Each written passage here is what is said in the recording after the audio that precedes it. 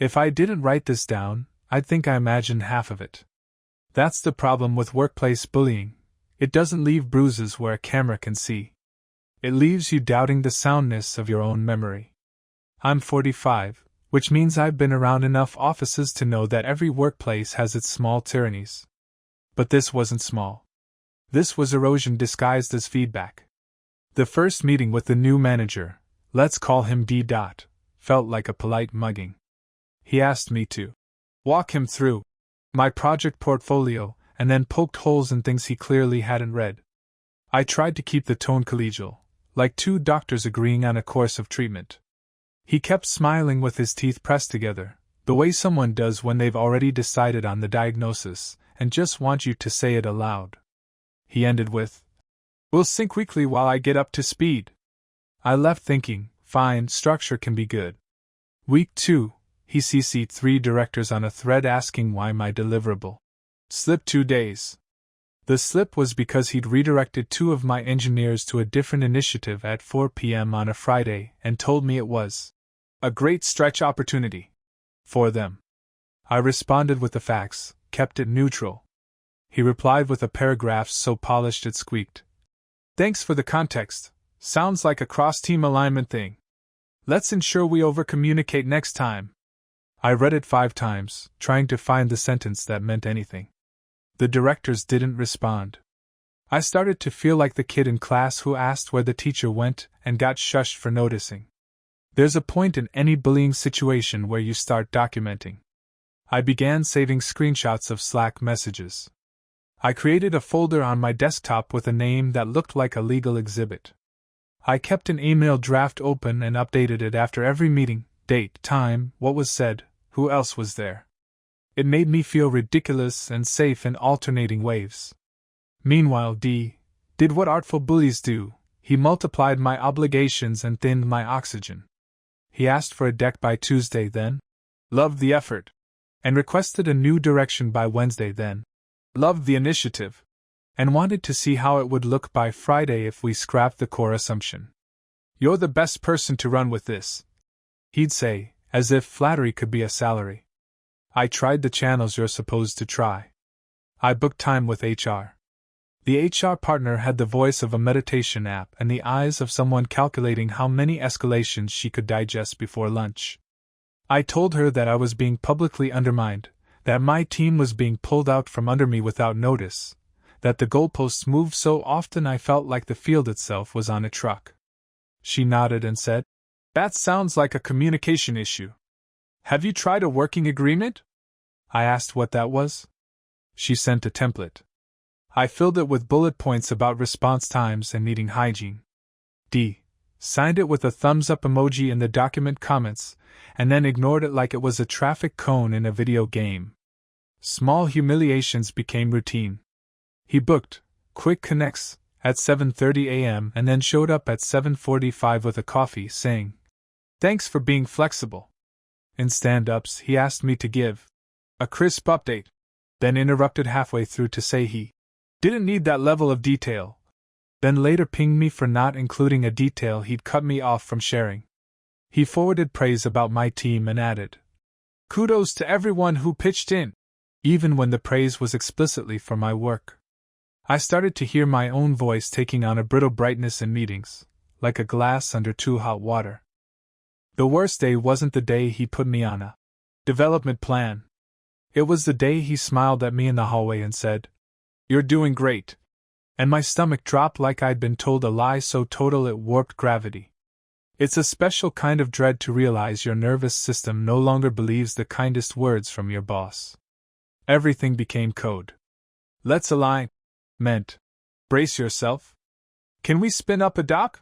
meant, "I will make you prove you can tie your own shoelaces and then tell you the shoes aren't company approved." I found allies where you often find them, in the places people whisper. A designer messaged me at 11:03 p.m. to say, "I see what he's doing. I'm sorry." A PM in another org told me she'd had similar issues with him calling her emotional when she pushed back on timelines. I collected these like postcards from a country I didn't want to visit. When I shared them, with permission, in a second conversation with HR, I watched the partner's face do that corporate sympathy thing where all the muscles agree to host concern for exactly 30 seconds. She said, "Thank you for bringing this forward. We'll take it seriously." She also said, "We need to be careful around words like bullying." I said, "Okay. What word would you like?" She said, "Let's frame it as a pattern of misaligned communication." I heard myself laugh. It wasn't a nice sound. The development plan itself was written with the slippery brilliance of someone who's done this before. It used phrases like, increase executive presence, drive clarity, and own outcomes, all good on paper, all unfalsifiable in practice. It asked me to produce artifacts that contradicted other artifacts, to drive a cross-functional initiative he privately told another team to deprioritize, and to present what he called a North Star narrative that he then cut to ribbons for being too high level. I did the work. I have the documents, the decks, the meeting notes that show I did. If this were a trial, I could put them on a screen and narrate the timeline like an attorney. But workplaces aren't trials. They're arenas with rules that shape-shift depending on who's holding the whistle. At home, I became a smaller person. My wife would ask how my day was and I'd say, "Fine," and go take a shower to scrub off the invisible residue. I started sleeping less and waking to phantom pings. On Saturdays, I moved piles of papers from one side of the table to the other, not because I needed anything in them, but because movement felt like control. I stopped running, which tells you something if you know me. Running used to be the way I cauterized the day. Now the thought of putting my feet in a rhythmic argument with the pavement felt like one more thing I could fail at. The end wasn't dramatic. It was a conference room with a window that looked onto a brick wall. HR was there, and D, legal and loafers and silence. The HR partner said phrases like mutual fit and transition package. D said I'd made strong contributions and that sometimes roles evolve.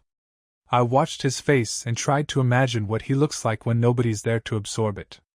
I signed the paper because by then, the fight had been worn down like a river pebble. I asked if I could send a note to my team. They said of course, and then asked to review it. I wrote a few lines about gratitude and handoffs and favorite moments. They asked me to remove the sentence where I thanked my team for teaching me how to build something human in a place that often forgets what that word means. Here's the part that matters, I suppose. I left. My badge stopped working. I walked to a cafe and sat with a coffee I couldn't taste. I opened my laptop and looked at the folder of screenshots and emails and notes, and felt like a detective who solved a case nobody asked him to solve. I could file a complaint, hire a lawyer, tell the story louder. I'm not ruling it out. But even imagining it made my bones tired. There is a particular fatigue that comes from proving something everyone privately knows and publicly denies. I wish I could give you an upturn here, a lesson about boundaries or resilience. Maybe that will come later. Right now, I want to name what happened without turning it into a TED Talk. A person with power decided I was a convenient mirror to break. A system built to avoid lawsuits called it communication. My body rang like a bell for months and then went quiet, the way a bell does not ring forever even if you keep thinking you hear it. I started running again yesterday. It was slow and ugly. I stopped after a mile and bent over my knees and thought, this is mine. Not the job, not the narrative, just the ground and the breath and the proof that something in me still moves on my command. That's not redemption. It's not even hope. It's just a thing I can say that feels true. The sky didn't crack, but neither did I. I'm still here, even if I'm smaller for a while. For now, that's all I have. If you're in it, and HR is telling you to make a working agreement, document everything. Find witnesses. Don't gaslight yourself because a man in a pressed shirt smiles when he takes away your oxygen.